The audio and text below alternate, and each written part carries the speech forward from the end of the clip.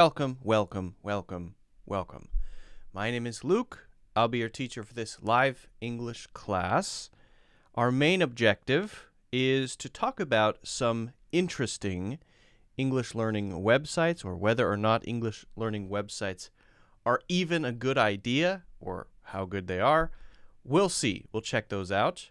Also, we're going to be doing our usual Q&A. If you guys have questions about English pronunciation, culture, grammar, whatever it may be, ask, and I will do my best to answer your question as completely as I can. What else? Oh, if you don't mind, it would really help the channel out if you would hit the like button. That tells the YouTube algorithms, there's a thing happening. Check it out. That helps. Or Facebook if you're on Facebook. Or, I guess, Twitch, although I don't know. If you're on Twitch, I can't do anything for you. Also, hit follow or subscribe so that you can check out future videos, live streams, and so on. And don't forget to check out the full courses in the links in the description. If you click on that link, you can see the full courses. Now, if you just give me 1 second, I am going to update the cover photo for the stream. YouTube has done some silly updates where I'm currently streaming from, and it has prevented, oddly enough, me from doing that before the live stream starts. I know, that's really weird, right? It is very, very weird. But what can you do? So just give me 1 second, and then we'll get started. Hope you guys are having a good day, and I hope you have a good weekend coming up as well. I don't know if you have anything planned. Excuse me. Oh my God. God bless you, sir. Oh, thank you. That's so kind of you. I appreciate that. Oh, it's nothing, really. Wow, you're so polite. Well, I was raised that way. Okay. I think we're all right now. Pop in some tags, and we're good to go. I think. Yep, we're good to go. All right. Now, I mentioned we're going to be talking about a website for learning English. I have been doing recently reviews of different services, apps, and so on. You might have seen the recent one about Speako. You may have seen the video about, what is that? What was that one called that I did? What was that called? I can't remember what it was called. The speaking app. I forget. Wow, I can't even remember what I did in the past. How sad. I guess I need another cup of coffee. Anyway, if you have other things like that you'd like me to check out, you can send them my way. Leave a comment. Say, hey, please check out this. And then I can do a review of that. I think it's useful because you guys would want to know, right, are these things that we might pay for actually useful to us? Can they actually benefit us? And I can give you the perspective of someone who's been teaching English for 8 or 9 years, which may or may not be useful to you, but if it is useful, then let me know what you want to learn more about. Okay. So let's see who we've got here already. Iman is here. That's good. Karina's here. Anonymous Explorer is here. All right. Cool. That's great. And Marcella is here. Awesome. I hope we have some good questions today. I hope. Today in New York, it is raining. It is gross. We would describe this weather as probably bleak or dreary. It's somewhat, some people find it depressing. I personally really like cloudy, overcast weather. I really like it. I like weather that's kind of cold. Not cold, let's say slightly chilly, right? I like weather that's slightly chilly, where the sun exists out there. I appreciate it because the sun is the source of life. That's nice. However, I don't like to see it. I mean, I don't want to actually look at it. It hurts my eyes. And it's bad for photography. If you take videos or photos outside, you get that hard light, and that's not good. What you want for photography or videos is a lot of cloud cover, soft diffuse light. It's like the best diffuse studio light you could possibly buy if you have a lot of clouds and the sun out. It's perfect. I know that's weird, but that's my favorite weather. And then maybe there was rain in the morning, but in the afternoon, there's no rain. So I can go out still without an umbrella, but it rained earlier, so the ground is wet. And actually, that happens a lot in New York. So that's why I like it. I like gross, dreary weather. That's my favorite. Some people who live in equatorial areas or very dry, hot, sunny areas, I couldn't do it. I couldn't manage. I couldn't handle it. It's I like to have seasons. So winter is cold. I can look forward to warmer weather. But I try to enjoy the winter. Summer is hot. I can look forward to the autumn. So there's always something to anticipate. And that also forces an appreciation of what the weather is now. I enjoy this weather right now because I know it's going to change, so I appreciate it more. If every day is the same, then what's the point of life? Now that's a little extreme, but seriously, the variation is nice. I'm from Ohio, and Ohio is a little too much maybe because in the winter in Ohio, the snow just gets crazy. It's just too much snow because it's near a lake, and so it's too much. And the summers are a little too hot. But New York is, I think, just right. The summers are actually milder, not crazy hot usually, and the winters are not too cold, but there's plenty of snow. And well, actually, they are pretty cold. I don't know. It's perfect. And the autumn is really long. And autumn, apart from my extremely bad allergies in the autumn is nice apart from that. I take good allergy medicine. If you have allergies, that's called seasonal allergies if it happens every year during the same season. Some people get their seasonal allergies in the springtime. Some people get their seasonal allergies in the autumn. I don't think there are any winter seasonal allergies, are there? Probably not. No, I guess not. Okay. Karina loves the sun. All right.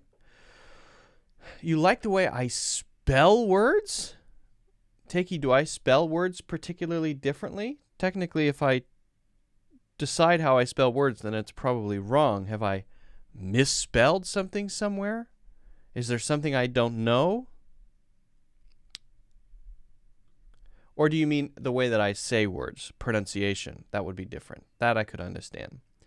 In Brazil, it is 3:22 p.m. Well, I won't hold it against you.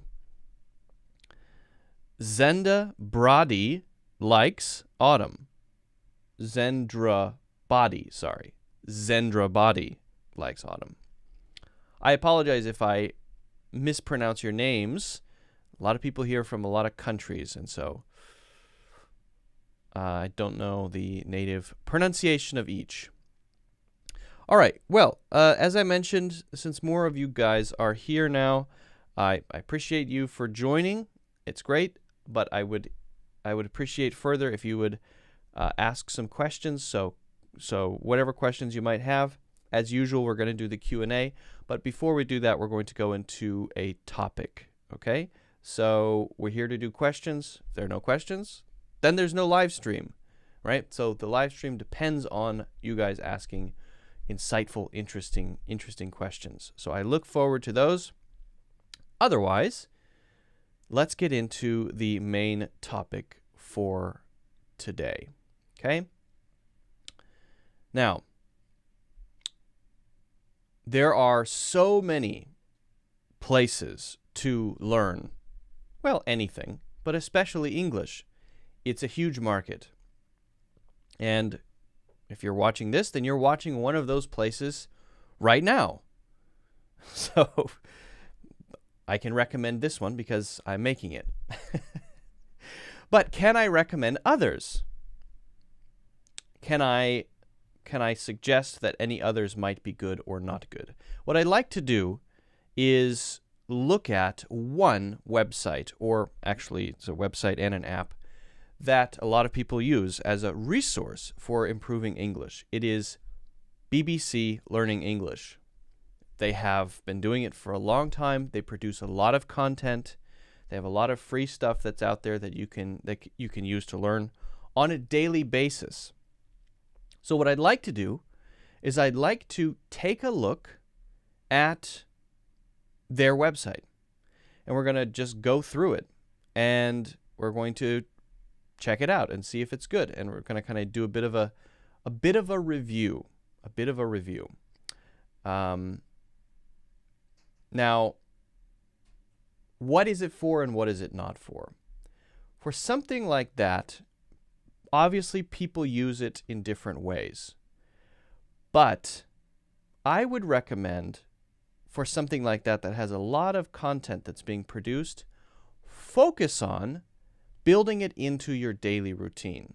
So if it's my videos, whatever you like to watch, whatever you use, find something that can work into your routine so that you don't have to remind yourself to do it. You can then incorporate it in your lifestyle. And if you do that, then you're going to improve naturally without having to force yourself. Usually if you have to force yourself to do something, you're going to give up eventually. It has to be embedded in your lifestyle. So let's take a look at BBC Learning English at their website, and we'll see if we can learn from them, if it's a good resource or not. All right, so here we are. I hope you guys can see the website. We are on BBC Learning English homepage. All right. Now, I am going to pop on my headphones here because we are going to watch a video, and so I need to hear it as well. You can see on the home page that they've got main categories. You can check out courses, you can learn grammar, you can learn vocabulary, pronunciation. And on their main page, they have some featured content. Test your level. It looks like they have quite a lot of stuff. For example, if we click on, let's see, if we click on culture, what do we get? We get some content about textures. Huh? I'm a little confused about this homepage. What is the ultimate dining experience? Oh, okay. So it looks like we get some articles. Fair enough. Let's go back. Let's go back to this main page where we have the featured stuff. Okay. Now, if you want, you can download the app. So that's cool. We could check that out maybe another time. Here's the featured content. And it looks like we have categories. 60 seconds to learn English. So that would be short videos, bite-sized, we could call it, bite-sized content. Stories for children, for your kids. And then specific things, grammar, first conditional, present perfect, for and since. Very useful stuff. 5 days to become a better listener. All right, well, that remains to be seen, I suppose. Let's check out one of these. I'm going to click on the future in the past. So I'm going to click into this, and we're going to see this 60-second English lesson. All right, so here we have, it looks like we're actually part of some larger course. We could move through these units and learn other things. I'm not quite sure what is happening with these numbers. I've never seen numbers like that before. Maybe they're trying something new. Maybe they've invented some new numbers. That's amazing. Now, also, it looks like we can download stuff. We can show the transcript, which means you actually see the words. It's exactly what she says. You can see how short it is. That's it right there. Then there are, I think, the main takeaways. Oh, are those, maybe that's related content, not main takeaways. And then we have the actual content of the lesson itself to explain the content below the video. So you have the text that you can read to understand, and you have the video, and together they sort of help you understand the main ideas. And then it looks like we can take a quiz. So let's take a look at the video. Let's read through the content. Then let's take the quiz, and then I will talk about whether or not I think this might be a good way to learn. I'm not being sponsored by this company. I don't know that much about them. I've checked them out before a bit, but this is just a kind of overview and review. Okay, so let's see. Pop open the video. Sometimes we want to talk about something we thought would happen in the future at a point in the past. We'll look at how to do this now. To do this, we use past versions of future forms. Will becomes would. Yesterday I said I would go to the park. Going to becomes was going to, like this. The last time I saw you, you were going to start a new job. What's it like? The present continuous becomes the past continuous. Last week you were visiting your family the day after I saw you. How did it go? So to recap, will becomes would, going to becomes was going to, and the present continuous becomes the past continuous. That's pretty cool. That's actually a very simple, short lesson. Now, to actually process it, what you'd probably have to do is pause at the screens to think about it. Something we thought would happen in the future at a point in the past. And we can think about what that means. Because it's so short and it's so fast, you're probably not going to be able to immediately grasp and understand everything in that short, 50 seconds. Right? So that's what's good about putting it on the screen like that. You have these things that you can stop at, to write down, to research further, to think about more. I like that. That's the thing you kind of have to do if you're making very, very short videos. So I like the format very much. Now, we can read this if we want to, the transcript, and then we can check out the actual lesson content itself. Yesterday I said I would go to the park. Going to becomes was going to. The last time I saw you, you were going to start a new job.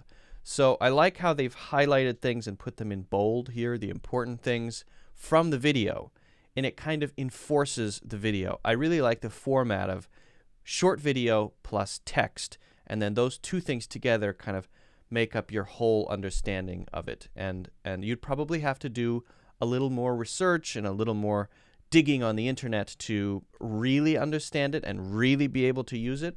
But still, I think it's useful, especially, as I mentioned, if it's part of your daily routine, if it's part of your daily life.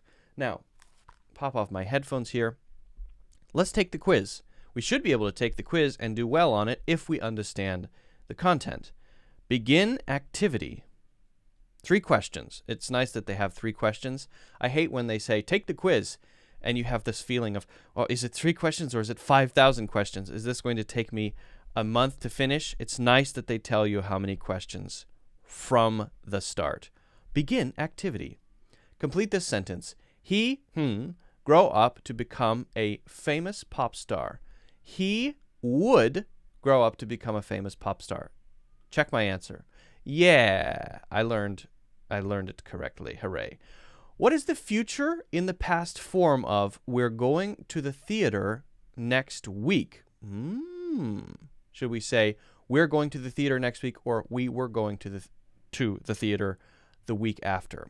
Let's try this one. Hey! Well done. This is the correct form. Which of these is correct? I'm flying to Europe the week after we met. I was flying to Europe the week after we met. Hopefully this one's pretty easy for everybody. Wow, correct. Bing, bing, bing. I should say ding, ding, ding. I can retry it if I want. I scored 3 out of 3. What is this feedback thing? Ah, okay. It gives a little bit more detail, or shows me the whole thing. I could print it out. No thanks. Very cool. Very cool. Now, we could continue. We could check out more things. We could look around the website. We could download the app. But I think the main takeaway here is that this is a really good resource, especially if you want to have a lifestyle of learning and you find this kind of content engaging. Now, BBC suggests that you're learning British English, which is great to learn. So whatever you like and is useful, try to see if you can fit those things into your lifestyle, right? If you like videos like this that you're watching now, then see if you can fit that into your lifestyle without forcing yourself to do it. If you thought that content that we just looked at was engaging on BBC Learning English, I can say it is useful. That is useful stuff that you need to know if you want to be able to speak English naturally. So, stamp of approval. Good stuff. That doesn't mean I think everything that they have ever said is great, because I haven't seen everything that they've ever said. I haven't checked out their app, so I can't say, wow, great app, because I haven't seen their app. Maybe that's something we can do in the future. If it is, let me know in the comments if there are any other services or websites you would like me to check out or review or look at. Let me know in the comments. If you haven't already, make sure you hit the like button and subscribe. Also, check out my full courses in the links in the description. All right. Good stuff. I like it. Hello, Luba. Luba's here. Hooray! We've got Nellie here as well. Hey, Nellie, look. Blue shirt. What do you think about that? Iman says, I recommend your channel to my friends. Well, thank you, Iman. I appreciate that. Grace is here. Hello, Grace. Casey Master is here. Oh, so many friends here now. That's wonderful. The topic for today, the main topic for today was looking at BBC Learning English, which we have just done. Now, again, I have not downloaded their app, so I can't say much about it. I would be curious to know what you guys think if you check out their app, if you download their app. Let me know what you think. Is it useful? Does it have the same content? Maybe we can do a review on that in the future. Okay. I like this question. Sukhdeep always asks great questions, very interesting questions, so I'm going to answer that one. Hamdan says, "Am I coming finished?" No, we're not finished. We're gonna answer some questions for a little while. That's what we're going to do. All right, I'm going to start with this one. And again, if you guys have other questions, just leave them in the chat. That would be great, and I'll do my best to answer. Sukhdeep129 says, is it possible to understand all the words in a piece of text but still not understand its overall meaning? And the answer is absolutely 100% yes, but for different reasons, right? I can give you a simple example for one reason, and then we'll get into some more complex reasons. A simple example for one reason might be something like, you're killing me. Now, you understand what your means, you are, and then killing, and then me. You understand those words. The first is a contraction, then this action, and then what this action relates to. But if you don't know that that's an expression, an idiom, then you might say, well, one person is murdering another person. That's very bad, very serious. Things like that shouldn't happen. Murder is bad. I agree. Murder is bad, usually. But that's not what that means usually. When we say, you're killing me, usually it's in the context of laughter. Someone saying, you're killing me, as they, you're killing me, it means you're very funny and you're making me laugh so hard that I express that I'm cracking up, I can't control myself. So there you go. 3 words you understand. Well, 1 word is a contraction. Could be 4 words. You are killing me. And it has a meaning that it doesn't seem to have. Most phrasal verbs, idiomatic expressions, colloquialisms, common phrases that native English speakers say will have that. And if you don't know that, then yes, those words will not make sense to you and you won't get the meaning. So that's the simple one, I think. But then I think there's another level where an idea is being created, a concept is being created. And that's where comprehension requires you to understand what they're trying to say on a slightly deeper level, right? So at this moment, I'm reading a book by a German philosopher named Friedrich Nietzsche, and it's a translation into English, and it's very interesting. The book is called "Thus Spoke Zarathustra." Now, I understand pretty much every word that is said in this book, but I find myself sometimes not fully getting what the author is trying to say, what Nietzsche is trying to say. So I'll go back and I'll read a paragraph again because I want to fully process the meaning. Now, why might it be hard to understand this? Well, here we're talking about very complicated ideas.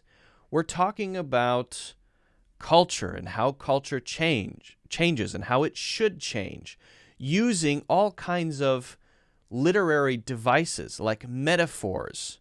There's one metaphor about a fire dog, and this fire dog represents something that is not a fire dog, that is something completely different.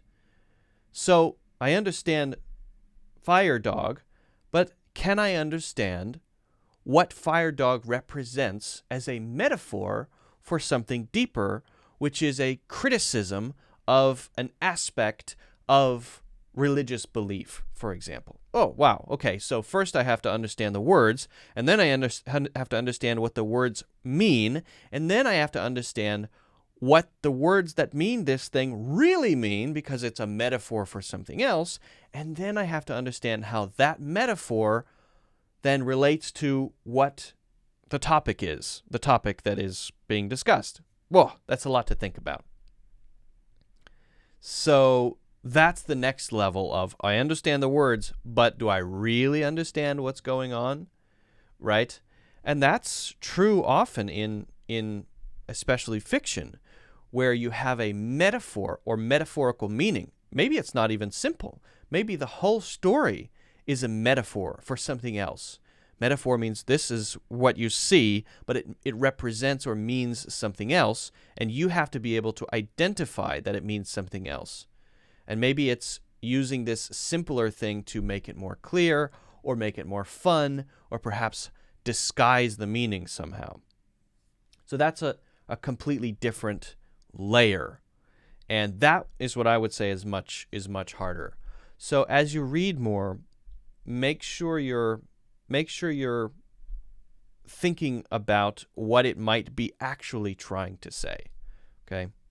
And I think a classic example would be to read, I think it's called The Road Not Taken by Robert Frost. It's a poem that everybody reads in middle school. Every American student reads in middle school. And the whole premise is there's a guy standing at a branching point of a road. Two roads branch off. And he's considering, should I go this way or that way? Is this really about a road? No, it's not really about a road. It's about how to live. Should you follow the norms? Or should you go your own way and follow your heart and do what you think is right, even if that is not normal and most people don't do that? So there's an obvious meaning, a road. I understand the word road. Yes, but what does road really mean?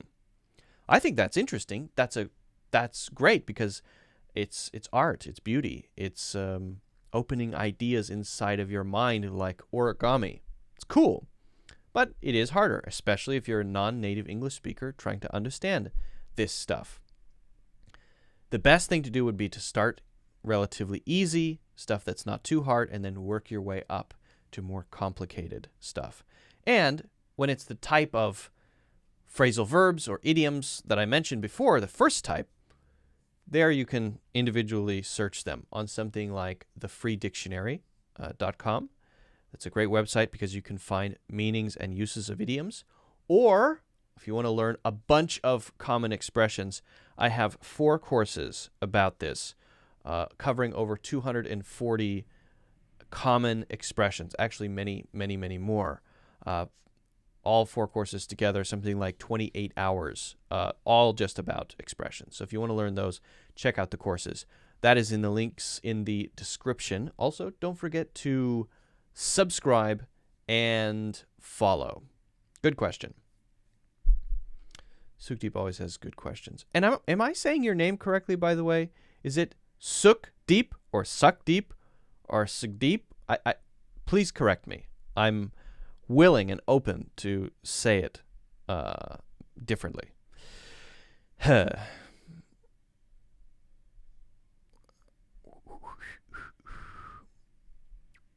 Hatim is here. Hello, Hatim. How can I learn academic language that I can learn with it? Okay, interesting question. Let's see. I'm going to scroll up here to see if I think I missed another one here.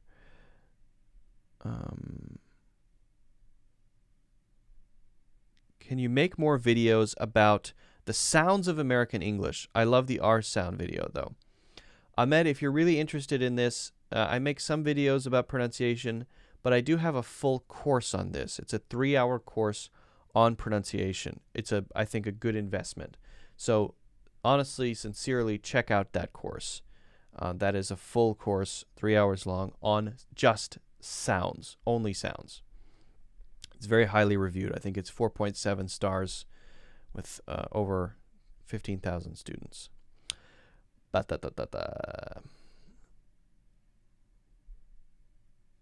Okay. I really like English language, but I find it difficult to understand which vocabulary is better to use. Yeah. Omar says, I really like English language, but I find it difficult to understand which vocabulary is better to use. Now, wouldn't it be nice if there were a really easy way to know which word is best to use, right? Now, why is it hard to know which word is best to use? Because language is language, and that means that it's bendy and flexible and messy. Languages are messy. Words change meaning over time. Some words go out of fashion, out of style, right? Like seldom. Who says seldom? People seldom say seldom, in fact, especially in America. Some words come into fashion and become really popular. Some words are popular for a year and then they go down again. Language evolves over time. It changes over time. Different age groups use language differently. A 16-year-old will not sound the same as a 82-year-old. And people from different countries use different words. In Australia, they have a lot of shortened idioms. Things are shortened, compressed down to simple things. And I won't understand a lot of those when I go there. So I have to ask people, does that mean this? Oh, okay, I understand. So what that really means is, in order to figure this out, you have to get deep in it. That means that you can't just learn a word and know what it means and then automatically know how to use it. That's why when people say, oh, I memorized 30 words today, I usually just say, who cares? Anybody can do that. It doesn't matter. I don't care how many words you memorized today. You probably just wasted 2 hours. That's probably what you did. Because the goal of learning any language is ultimately to learn to communicate. And to learn to communicate involves being able to choose the right word at the right time. And to choose the right word at the right time, you have to get the feeling for that word in its social context and its different possible meanings in different potential situations.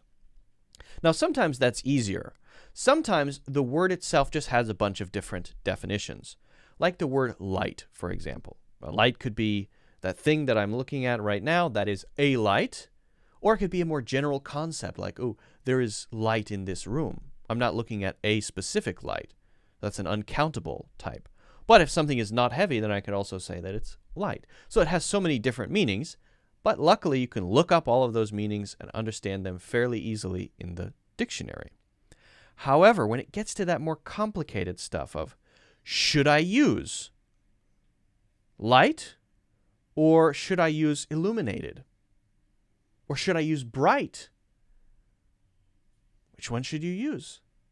Well, I can't answer that question because I don't know what situation you're in right now. And even if I were in that situation that you're in right now, my choice might be better than or different from your choice. Maybe yours would be better than mine. But is there really a better? That's also a subjective thing, right? So I would say there is a chance that choosing the wrong word because you used it in the wrong social context could make you sound awkward. You said that word and people feel uncomfortable. But there's also the chance that you using it is fine and another word is also fine and they just have the same meaning. Like light and bright could potentially have the same meaning sometimes. So I know I'm speaking around it, but the main point is there isn't an easy way. You have to be so in the language and so exposed to the words that you want to use that and their situations that it just comes out of your mouth naturally when you want to use it because you have so much exposure to it. That's really the only way to get there. You have to immerse yourself completely in the language, in the English language. And that means reading every day. That means watching movies and TV shows. That means having people to communicate with on a regular basis in English. That means practicing writing, doing writing exercises, or keeping a diary or something like that. It means all of those things. And if you do all of those things and you just swim around in the language, it will happen by itself. It won't happen quickly. There won't be a simple rule and you'll go, now I know the rule and now I know. It won't be like that. It'll happen over time. It will happen. And there won't be a moment where you'll say, and now I've arrived. It's not an arrived sort of thing. It'll be a gradual sort of process. And that's just the way language goes. It's very subjective. It's very bendy. It's very flexible. And it's very contextual. That means it depends on the situation you're in. And again, just to stress it, there is no ultimate right answer. So you can't say, oh, yes, you chose the right word. That's the right word. You shouldn't have used any of the others. Well, sometimes that's so subjective that no one can actually say that. If you decide to use that word and it doesn't make people feel awkward and uncomfortable, then maybe that's the perfect word to use. But maybe I wouldn't use that word because I'm a different person and we're not the same. Everyone wants to look for the solution, the easy answer. Oh, if you just do this one thing, then you'll be really good at English. No, sorry. It's a slow process, and it's very gradual. Hopefully that helps, Omar. It's a good question. Guys, if you haven't already, make sure you hit the like button, follow and subscribe, and of course, check out my full courses in the links in the description. All right. That is good. Good question, Omar. I appreciate it. Hey, KK is here. AK Jadun. Could you please recommend a good advertisement in English for me to do a rhetorical analysis? Wow, that is an interesting question.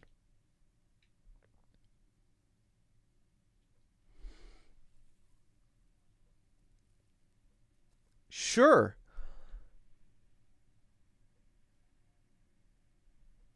I can. Let me find one for you right now. Hold on a second.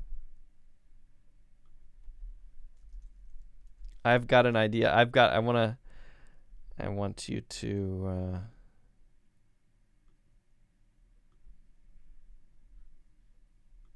okay, hold on a second. I'm going to find it.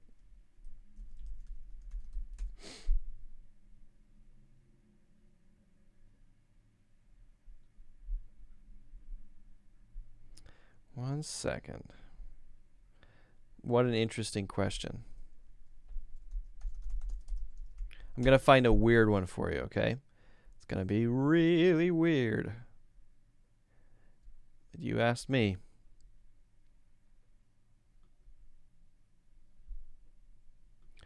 All right.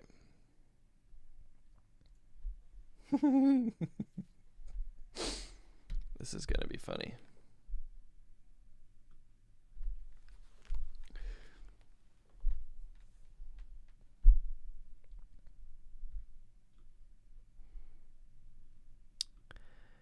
Okay, so Iman says, could you please recommend a good advertisement in English for me to do a rhetorical analysis on it?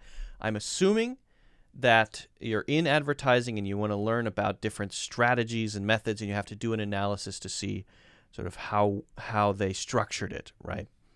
So there are a lot of advertisements out there. Most people don't know advertisements off the top of their head. When you asked this question, I immediately thought of one that sometimes I watch it just because it's good. Now, it could be because I'm a fan of the people who are in it. Tim and Eric are these two guys who started a comedy team in the early 2000s, and they had a show called Tim and Eric. Awesome show. Great job. If you want to get to know weird American humor, then check out Tim and Eric. Awesome show. Great job. And also check it out with Dr. Steve Brule. Weird shows, but they represent a type of American humor that I think a lot of people don't often see or realize. Anyway, let's take a look. I found one for you. Here we go. This is called... So there's a mattress. It's called Purple. I have a purple pillow. My pillow is purple. This company makes mattresses and pillows, seat cushions, a lot of things. Actually, it's a very good company. I really like their products. If you need a seat cushion for a computer chair, they make a really, really good one. Anyway, they hired Tim and Eric, who I've been a fan of for many years, to do a series of ads for them. And they said, hey, Tim and Eric, do whatever you want. They just let them do whatever they want. And Tim and Eric did not disappoint. Now, I warn you, this is weird. So, fair warning. Here we go. We're going to watch the whole thing. Hi, my name is Quirky Purple, and welcome to the Purple Boys series on ideal sleep solutions and zonk strategies. I'm joined by one of the co-creators of the Purple Boys, Gino Purple. Thank you so much, Quirk. I am indeed Gino Purple, the Purple Boy, and we are here to help you sleep. Today we're going to be talking about the Sunday Scaries. And we're going to take you on a wild ride to teach you how to say no to the Sunday Scare no-nos. Purple Boys. Release your mind. Let the sleep flow through you. Do you have 2 minutes of time to let me help you sleep?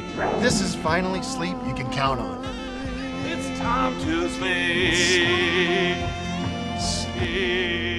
There's nothing better than the weekend. That's why we are all familiar with the Sunday Scaries, that feeling at the end of the weekend where you've got the work week coming up and you just wish you could just enjoy that Saturday night excitement for the rest of time. And then, Sunday night comes. We got a big work week. I'm not getting any sleep. I have anxiety. I have paranoia.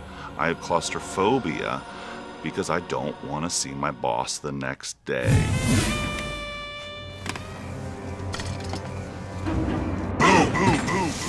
Summer weekend going bye-bye. Been there. You know, I love the weekends. I love zipping around and, going to the movies and going to the beach. But then I get the Sunday scaries. It's hard to sleep. But thanks to the Purple Mattress, I'm now able to get a real good night's sleep.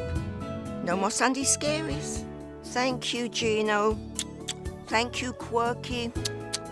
Love you both. I'll tell you a little story about my family this weekend. As you know, I've been making tiny personal pan pizzas for my wife, Gina. And this weekend, I cut down some pepperoni slices into very small circles, and I said, I love you, Gina. We were having a wonderful time, and I looked at my clock.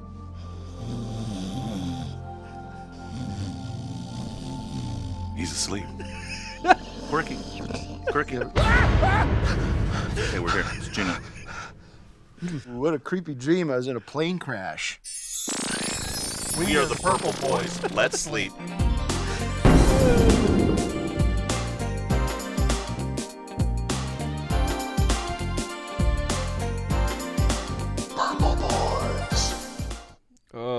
God. We got one of those new purple. Oh, that's a real ad. This is a real ad. Okay. Purple has a lot of really funny ads. I find their ads to be quite entertaining. Anyway, Iman, if that is not what you're looking for, I'm sorry, but that's the first ad that came to mind that you might look at, and you can see that it has almost 5 million views. So they're obviously doing something right, and it's obviously a very different style of ad compared to what you would normally see. But that might be a good one for analysis to try to understand why does it have so many views. Anyway, if you have any other questions about this, Iman, let me know in the comments. Don't forget, guys, to subscribe, hit the like button as well, and check out the full courses in the links in the description. All right. Yeah, I don't know if you guys thought that was funny, but to me, that's the funniest thing in the world. I mean, Tim and Eric in general, if that style of humor makes you laugh, then you would like Tim and Eric. You can check out their videos on YouTube. They had a show, and then I would also recommend checking out another show called Check It Out with Dr. Steve. And the reason I recommend it is because you get this of American humor, you get this image of American humor that it's like Modern Family or Big Bang Theory. I don't think those things are funny at all. I've watched a lot of Big Bang Theory, and I've never laughed, even a little bit, and I was forced to watch it, by the way. Not a fan. So everyone has their own idea about what's funny. To me, that's funny. That very weird humor that's right on the edge between bad, as in low quality, and very kind of awkward, and that's my sort of style of humor. Anyway, good question. I like that one.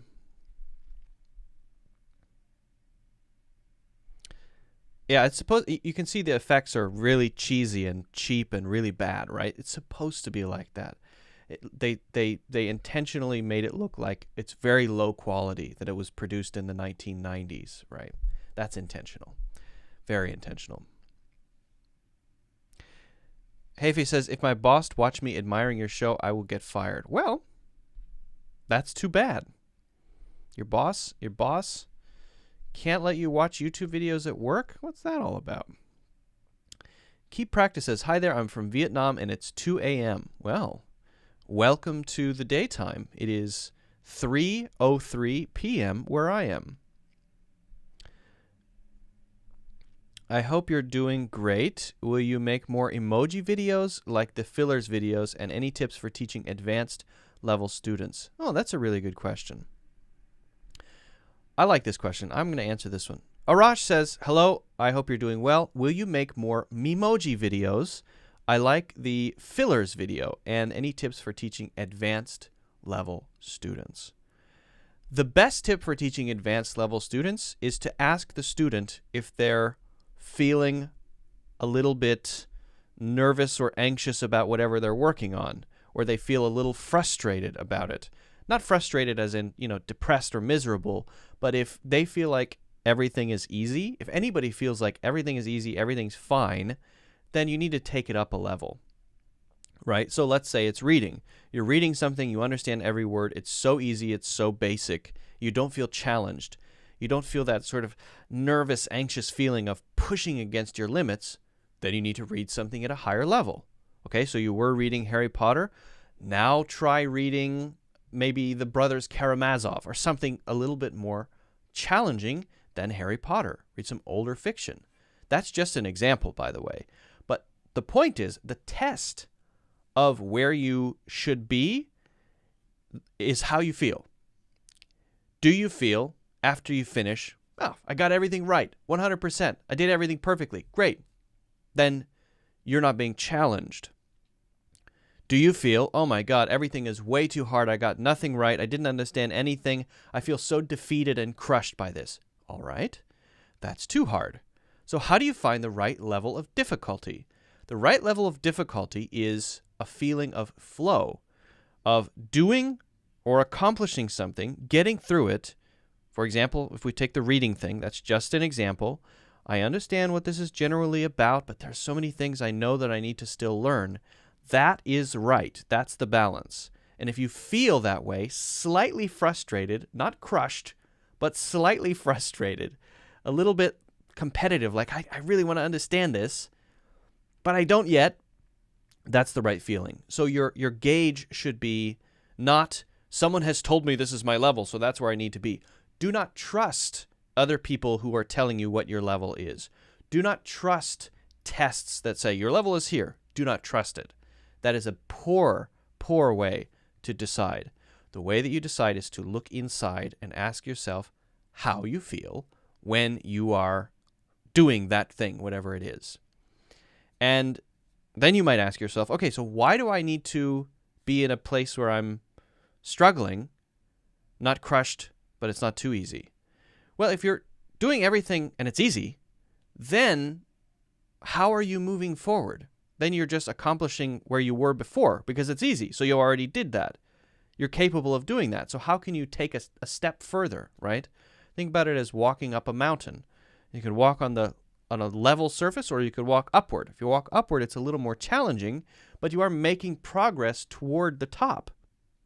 All right? Now, if it's a cliff face and you're constantly at risk of falling to your death, okay, that might be a little too steep. So this is not good. This is not good. But this is good. This is okay. Now, to your other question about Memoji videos, I may make more if I can think of a good way to use it. I was kind of making the Memoji videos as a set. If you want to see them as a set on Udemy or on my website, you can see them as a whole continuous course, because that's how I made them. I may do more if it seems like it makes sense. They're fun to make, but I haven't seen anything that really has grabbed my attention. But I may do more.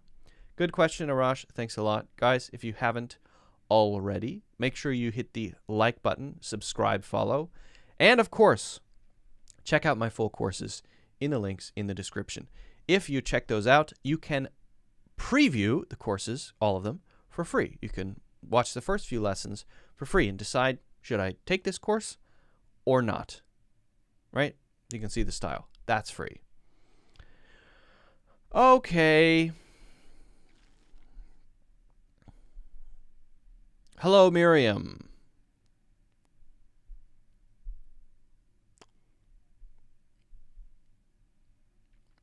Okay. Here in Pakistan, AK says, here in Pakistan, due to political instability, internet is much slow. Our country is handicapped by military establishment. I'm sorry to hear that, AK. Slow. There's nothing worse than slow internet. That hurts. I hate slow internet.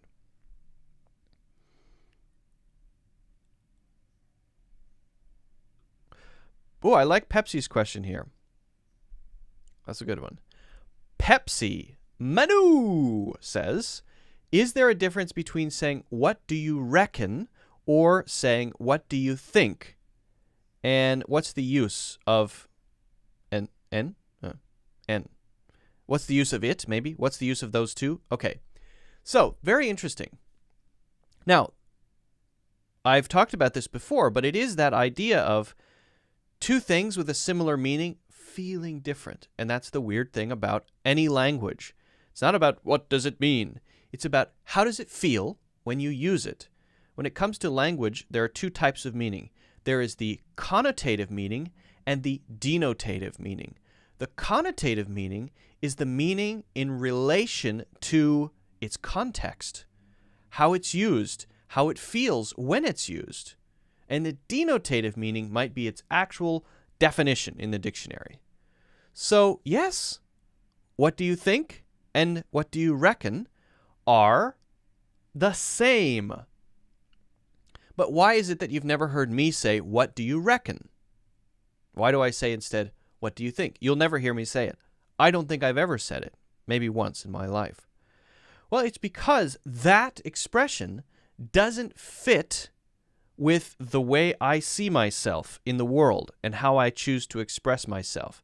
If I said something like that, it would be kind of like me getting a tattoo of a flower on my arm. Actually, let me change that from a flower let me change that from a flower to a motorcycle, okay? A tattoo of a motorcycle on my arm. Now, if I get a tattoo of a motorcycle on my arm, you might think, okay, yeah, so what? But I would feel, because I'm not a motorcycle guy, I don't care about motorcycles, I would feel like there's this thing on me that doesn't represent me. And in the same way, if I said, oh man, that's so sick. People say that. Sick means very cool, right? Same thing. I don't usually say that unless I'm being sarcastic, because that doesn't represent me. I say, oh, that's cool, that's interesting. I speak the way I speak because I feel that the words that come out of my mouth represent me. And so while some people might say, what do you reckon? What do you reckon we should do? That might represent them. I won't take that on. So it's not about the meaning. It's about, does it fit you? Now, how do you know if it fits you or not? My sense is, what do you reckon is a lot more casual.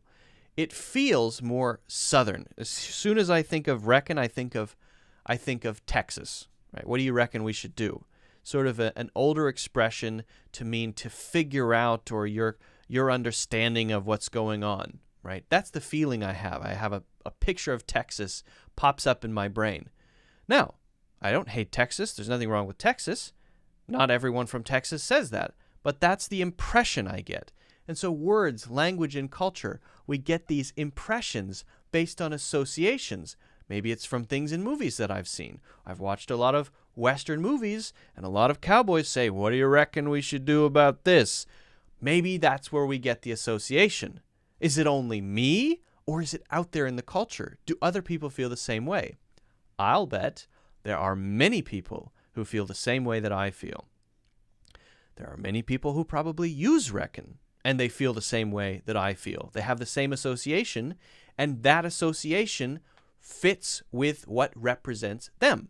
There are people who get motorcycle tattoos because, while a motorcycle tends to have the same meaning, if you're a motorcycle person, right, that means a certain thing, that for them represents them. It fits with who they feel they are, not me. I wouldn't get any tattoo at all, probably, because it doesn't fit with who I think I am. So I know that's a kind of weird way to answer the question, but that really is what it is. And so the challenge for you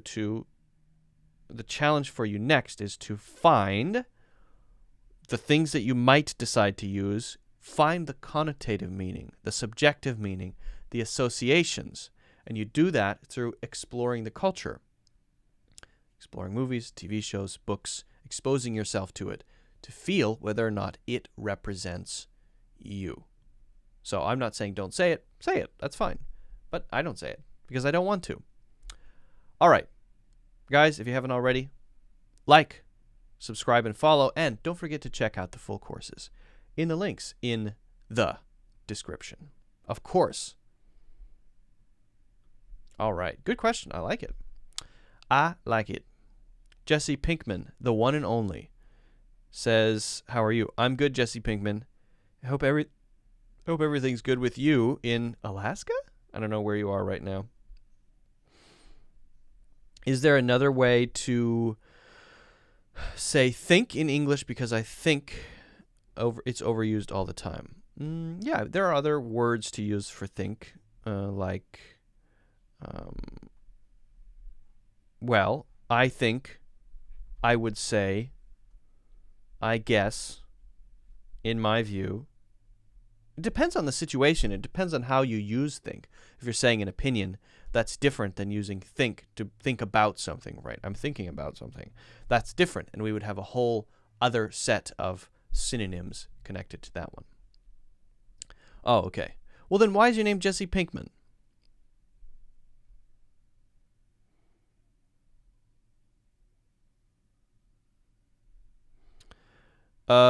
What preposition should we use with question? I have a question of you or for you. Okay.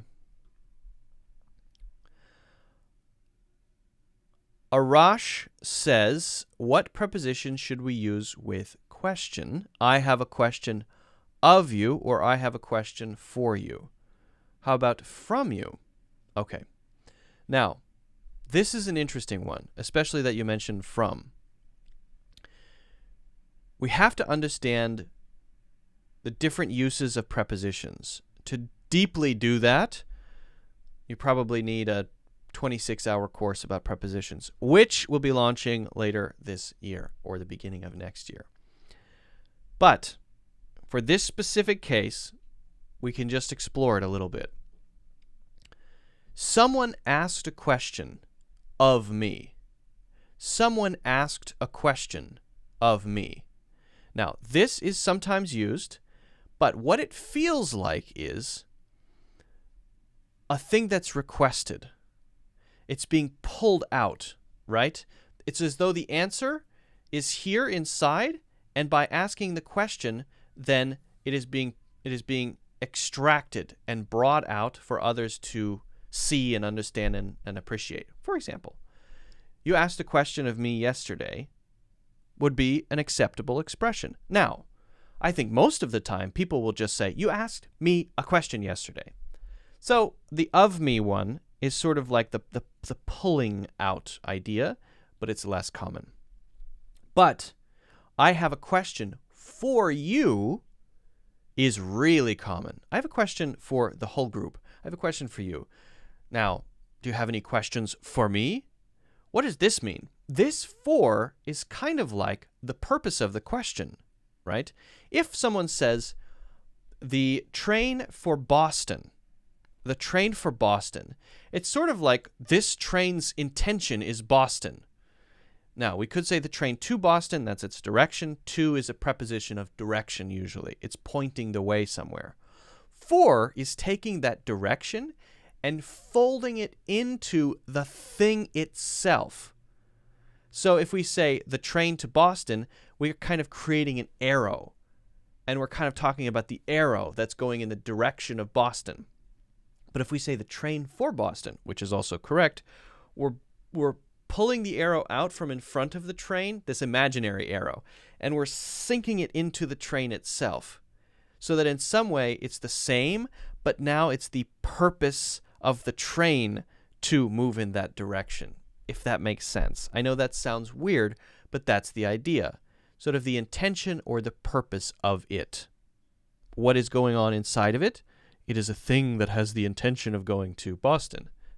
Trains don't have intentions, but we can talk about it in that way. That's called anthropomorphizing objects. We anthropomorphize things by placing intention and human characteristics into non-human things. So, I have a question for you is, my question is in the direction of you. The intention of my question is to hit you and then require you to give an answer. So in a way, the train is which is the question is moving in your direction, and you are the one that I want to speak about it, not another person. So if I say I have a question for the group, then I'm asking 5 people a question, and any one of you can answer, or all of you should answer. I have a question for Steve. I have a question for Mary. Then the intention of the question is to be answered by either Steve or Mary. Or if I don't want to say where it goes, then take out 4 and just say, I have a question. Anybody can answer the question, unless I'm looking at you, in which case you know that I mean you. I have a question. That means I'm not talking to that person over there. I have a question for you. So we don't always have to say for you because of that. It's suggested because I'm looking at you. I have a question for you. Tell me. I'm looking at you. It's suggested. It's implied that I don't have to say for. I hope that makes sense. Now, this whole preposition thing is a huge, giant topic, even larger than I realized. When I started writing the prepositions course, which is coming out at the end of this year or the beginning of next year, I thought this will be a 4 or 5 hour course. I'll write it in a couple of weeks. It took me almost 2 months to write the course. The course is now completely filmed. It's being edited. And it's going to be about 26 hours long, between 26 and 30 hours long. About only 24 words. 24 words. Now, why is it so long? It's so long because that's what it takes to truly explore each preposition, all of the ways that it can be used. And so I'm looking forward to launching it. But if you see it and you're interested in taking the course, don't be shocked by the length, because prepositions are tough because they're used in so many different ways. It's crazy how many ways that they're used. So I hope I answered your question, Arash. Thanks a lot, guys. Anyway, like button, subscribe, and don't forget to check out the courses in the links in the description.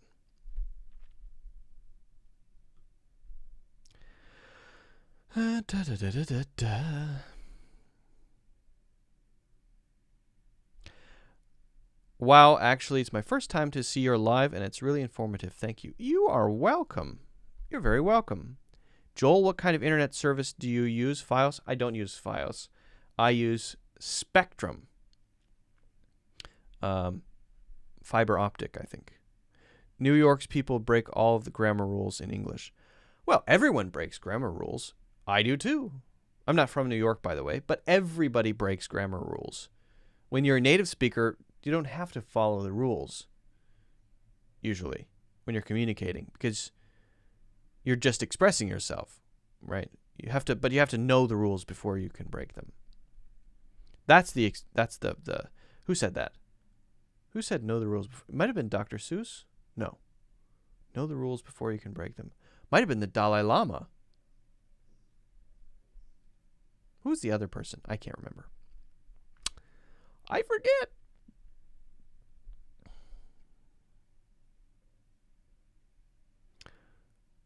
Can someone recommend some websites or channels or podcasts to learn Spanish? I'm the wrong person to ask that question. I am the wrong person.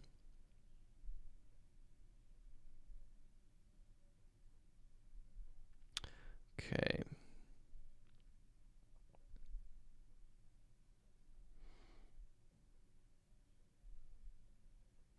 What do you think Said says? I'm just scrolling up here. I'm sorry if I'm missing questions. What do you think about ups and downs in the way we speak? Because I find it very different from my native language. Thanks. Luke. Luke.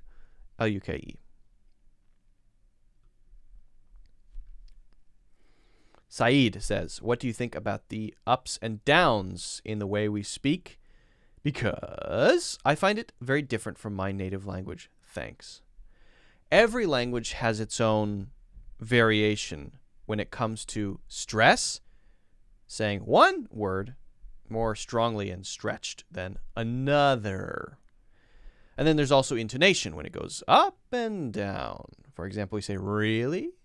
It goes up like that at the end. Really? I want to. Oh. We have intonation as well. And there are a lot of different things. But to ask the question, why is it the way it is? I have no idea. I don't know. But it does make sense to me that it's different in each language, because why should it be the same? If you have things growing in separate directions, why should they be communicating to each other what they're doing? They're separate. Here is Hindi or whatever. Here is Mandarin. Here is English, right? They're separate. So the way that people go in this one is not connected in any way to the way people go in this one, except for maybe music, right? And so why should it be the same? To me, it would be insane if it were the same. That would shock me. Wait a second. Every language has the same intonation? Really? That would surprise me. That would really surprise me. That would be like, for example, if every animal on the planet had rabbit ears. Rabbits have rabbit ears because they evolved with rabbit ears. But then once rabbits evolved with rabbit ears, why should that mean that every other animal should have rabbit ears? They have rabbit ears because they evolved to need rabbit ears because they're rabbits. and that's what was necessary for their evolution. But other animals evolved differently, and their environments didn't require them to develop longer ears, as rabbits did. So it'd be weird if suddenly, as soon as the moment, I know it doesn't happen in a moment, the moment that rabbits evolved to have long ears, let's say they reach a certain length, and it goes ding, and a bell goes off, and the universe claps, and the angels applaud. Wow, they did it. Finally. And then suddenly, every other animal on the planet goes, they have rabbit ears. I know that's ridiculous, but that's the same thing, right? It would be crazy if English and your language had the same intonation. That would be crazy. It would be just as crazy. So, I mean, it's a good question. It's not a bad question. I like the question. But to explain it, I would reverse the question. The interesting question would be, if the intonation were the same for your language and my language and Chinese or whatever, then we would have to give an answer. Why are all the languages the same with intonation? Ooh, let's study this. Let's figure out why. But the opposite question, why are they different? It's sort of like, well, of course they're different. Of course they're different, right? It doesn't require I don't think it requires an explanation. Anyway, it's an interesting question to think about. And I would recommend a course from the great courses called The Story of Human Language by some guy. I can't remember his name. But it's a really good course, and it's about the history of languages, how languages change and develop. You find a lot of similarities from languages that you think are quite different that actually have a common origin. And it might not be intonation, because that's stuff that changes more rapidly, but it would be something like word roots. There are a lot of root words that come from this language called Proto-Indo-European that then spread outward and is common between English and then and between Hindi and languages in India throughout Europe. This Proto-Indo-European language had some core elements that are common throughout many languages around the world. Not all, but many languages around the world. Sort of a origin language. You can think of it as a branching tree. Pretty cool. So check out that course. Guys, if you haven't already, make sure you hit the like button. Don't forget to follow and subscribe. Also, check out the full courses in the links in the description. Good question. Thanks, Saeed.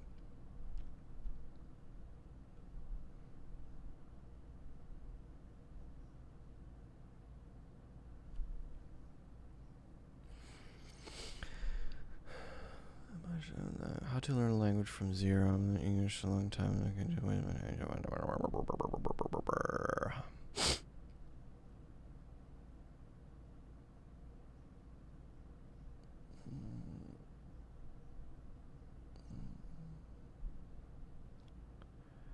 Mohammed, your question is a little too broad. I want to speak English fluently. I'm working on it. Can you please guide me, sir? It's such a general question. I'm trying to answer more specific questions. If you want to improve your English, go check out my courses. They're all there, and they all help you do that.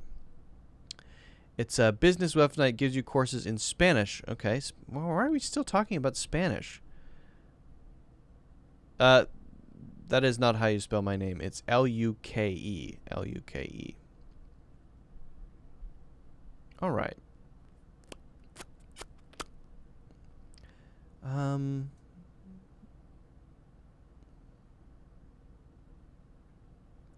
just wanted your recommendation on this. How can I learn academic language? Yeah, check it out. Check it out. Such a broad question, though. Kind of hard to answer. Give a good answer. All right. Well, we have some other questions here, but you know what? I might answer one more, and then we'll call it a day.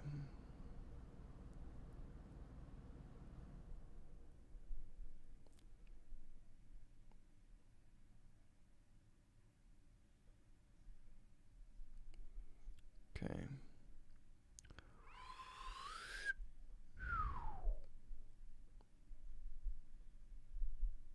Missed a couple, I know. The pronunciation of my name is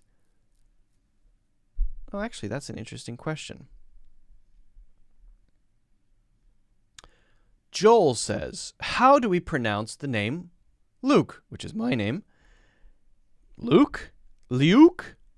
Look? Okay, now I'm answering this question because it highlights something interesting. There are interesting things called minimal pairs. And minimal pairs are usually words that have only one difference. One sound is different. And in the case of things that are one syllable and begin with L and end with the K sound, there are quite a few minimal pairs. Now, why should I mention minimal pairs? Minimal pairs, and maybe I should spell this for you. So let me just quickly spell minimal pairs for you. Give me 1 second here.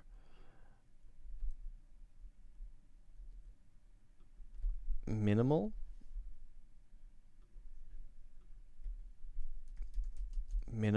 pairs. I want text. Minimal pairs. So what would be some minimal pairs? Let's go with Luke, luck,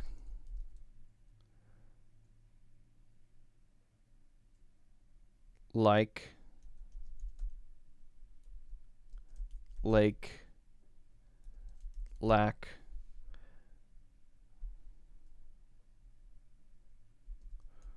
look,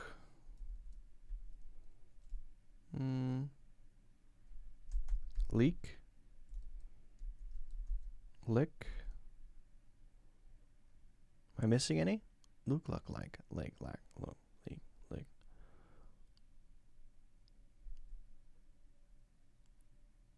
I think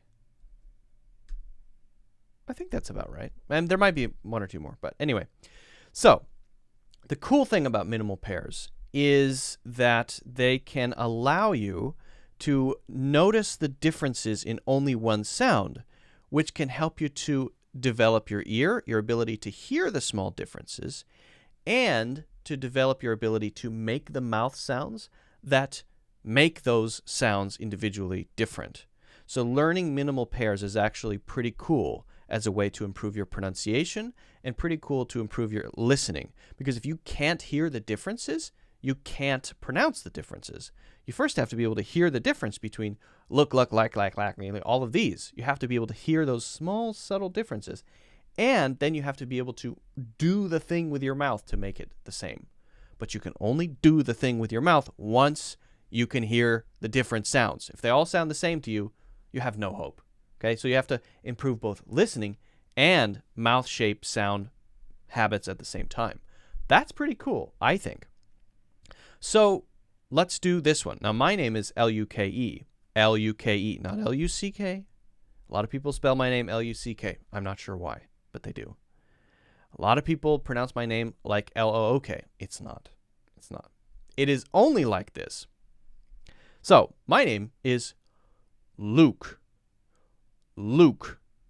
Now, the oo sound that you hear there is the same as the oo sound in a word like food. Ooh. Luke. Food. Ooh. So you're stretching your lips forward there. You're making kind of a circle with your mouth. Ooh. Like that. Food. Food. Ooh, ooh, ooh. Okay. The next one is a short sound, U sound. Very relaxed. Not like this. Like this. Luck. Luck. So my name is not Luck, because this is very relaxed. Not this. Like this. Luck. Okay? The next one is like that.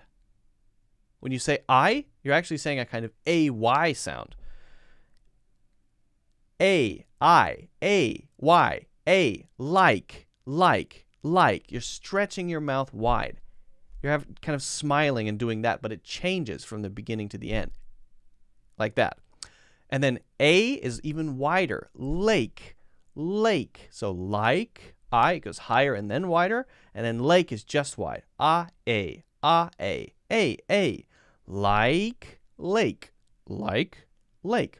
And then is just open, one sound. That sound. A little bit farther open and a little bit wider. Lack. And then L-O-O-K is not the same as oo. There are actually two O-O sounds. One O-O sound is like food, but the other one is like B-O-O-K, book. It's different. One is ooh, one is ooh, So my mouth is not quite as closed. My lips are not quite as closed. Look. Look. Luke, look. Luke, look. Luke, look, luck. Luke, luck, look.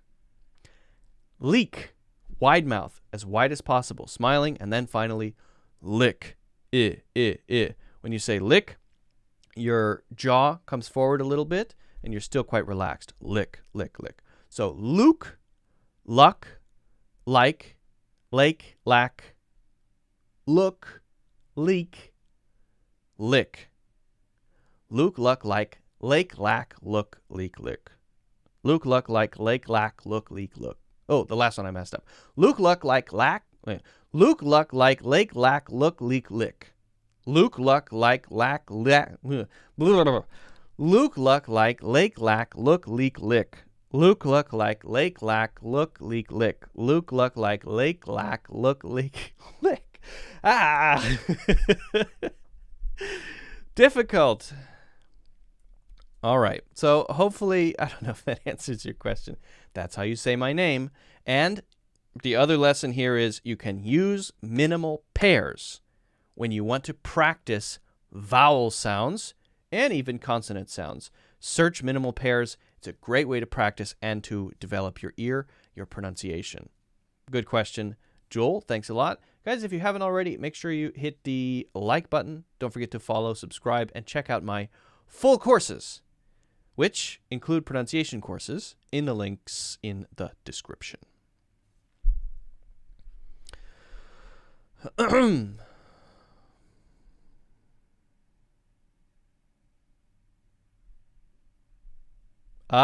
Luba says, you told us an artist who said it. Yes, I remember now. Picasso. Not Pikachu, Picasso. Hiba Hiba, hello there. Cool name. All right, guys. I think we're going to call it a day today. Thank you, everybody, for the great questions. That is much appreciated. I love when we have some awesome questions, and especially when you really think about them and think about what might be useful to the most potential people. So again, I really appreciate it. If I didn't get to your question this time, hopefully I'll get to it next time. We'll be doing more live streams in the near future, maybe starting on Monday. And so I hope I see you next week. And also there will be a video coming out on Monday. Make sure to check that out. That should be very interesting. If you guys have ideas for things you want me to review, let me know in the comments. I would really, again, appreciate it if you haven't hit the like button. That would be awesome. If you think this is useful and you want to share it with friends, feel free to do that. And also, of course, hit subscribe. And if you want, check out the full courses in the links in the description. I really appreciate it, guys. It's been fun. I'm going to go get another cup of coffee. I hope you have a fantastic weekend. I'm planning to have a fantastic weekend as well. All right, guys. See ya. Bye-bye. Have a good one.